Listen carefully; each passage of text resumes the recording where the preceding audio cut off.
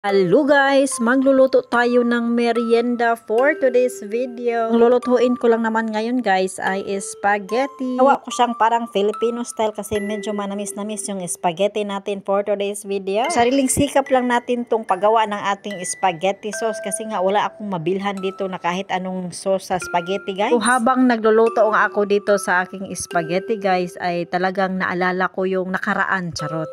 So naalala ko yung kabataan ko guys. Plus gabi-gabi kasi kaming kumakain no ng spaghetti, may kasama pa yang minsan minudo, then kung suswertehin guys, may ano pa yan siya guys, may binignit at saka yung fruit salad. Siguro guys, masasabi nyo na siguro mayaman kayo, bakit halos gabi-gabi kayo kumakain ng spaghetti or minudo, binignit at fruit salad samantalang kanang kung mahirap kayo, hindi kayo makaka-afford ng mga ganong pagkain. Yes, sa totoo lang guys, yung pamilya namin ay pamilyang magsasaka. So, pamilyang proud kami na magsasaka. Yung papa ko, yung mama ko, pati kami. Kami guys, nagsasaka kami sa palayan. At alam niyo naman, yung sahuran sa palayan guys ay kulang talaga. So, bali yung papa ko na lang kasi that time yung nagtatrabaho guys.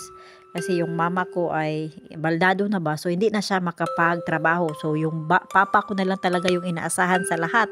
So bali yung sahuran ng papa ko ay weekly. So ayun, hindi magkasya yung aming guys, yung sahod ni papa. So bali yung sahod niya ay para sa bigas lang talaga. So gisiguro na mong bigas guys. So hindi yun magkasya kasi nga may mga hiram-hiram pa kami sa kapitbahay. Sus, Ginoo ko Lord.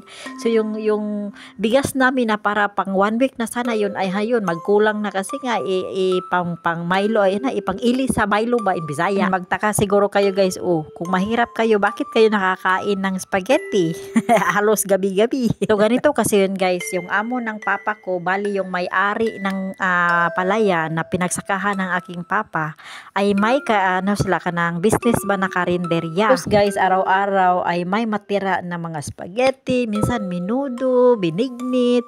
So hindi siya maubo sa karinderya ba. So para hindi masayang guys, so dinadala yan siya sa lugar namin, doon sa baryo namin. So ganito yung ginagawa nila guys. So binebenta nila doon sa baryo namin yung mga pagkain, pero kanang na siya ba, kanang hindi na siya mahal. Amo kasi ng papa ko na yan, yung may-ari din ng karinderya guys, ay sobrang laki ng kanilang palayan sa lugar namin, as in sobrang laki talaga guys. So yung mga tao doon na nakatira sa amin ay halos lahat nakapagtrabaho doon sa kanilang palayan guys. And then ganito yun, kapag wala ka kasing utang, so yung utang na yun guys ay utang galing sa pagkain na tinitinda nila galing sa karinderya, yung mga sobra-sobra ba, so pinapautang yan siya doon sa mga trabahante guys. So isa na yun yung papa ko or kami. Ganito kasi yun, pag wala ka kasing utang guys, parang malabo ka na kapagtrabaho doon sa kanilang palayan, kaya halos lahat ng nanirahan doon sa bahay sa lugar namin ay may utang talaga sa kanila guys na ulam. Bali hindi ka naman nila pinipilit guys na hagi umutang ka, so kusa mo naman yung loob na umutang ka para naman magkaulam ka din, no? Malaking bagay na din yun para sa amin guys, para makaulam din kami guys no, sa gabi-gabi kahit papaano.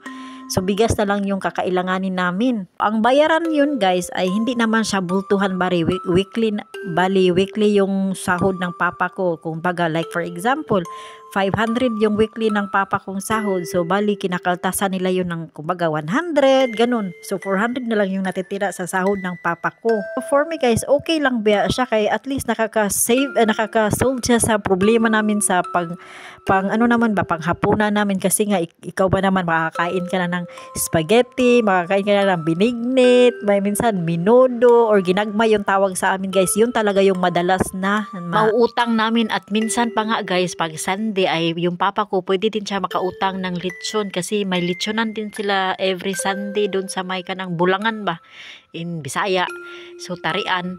So may lechonan sila doon, so yung papa ko pumupunta doon, umuutang din siya doon ng lechon guys. So makakabitbit din siya ng lechon during Sunday guys. Kaya yun ang dahilan guys kung bakit nakakain kami ng spaghetti kahit mahirap ang buhay, pero ayun, nakakatikim pa rin. Pagkakaalala ko guys, sobrang laki ng mga utang namin doon, pero hindi naman umaangal yung may-ari guys, kahit gaano kalaki yung utang namin.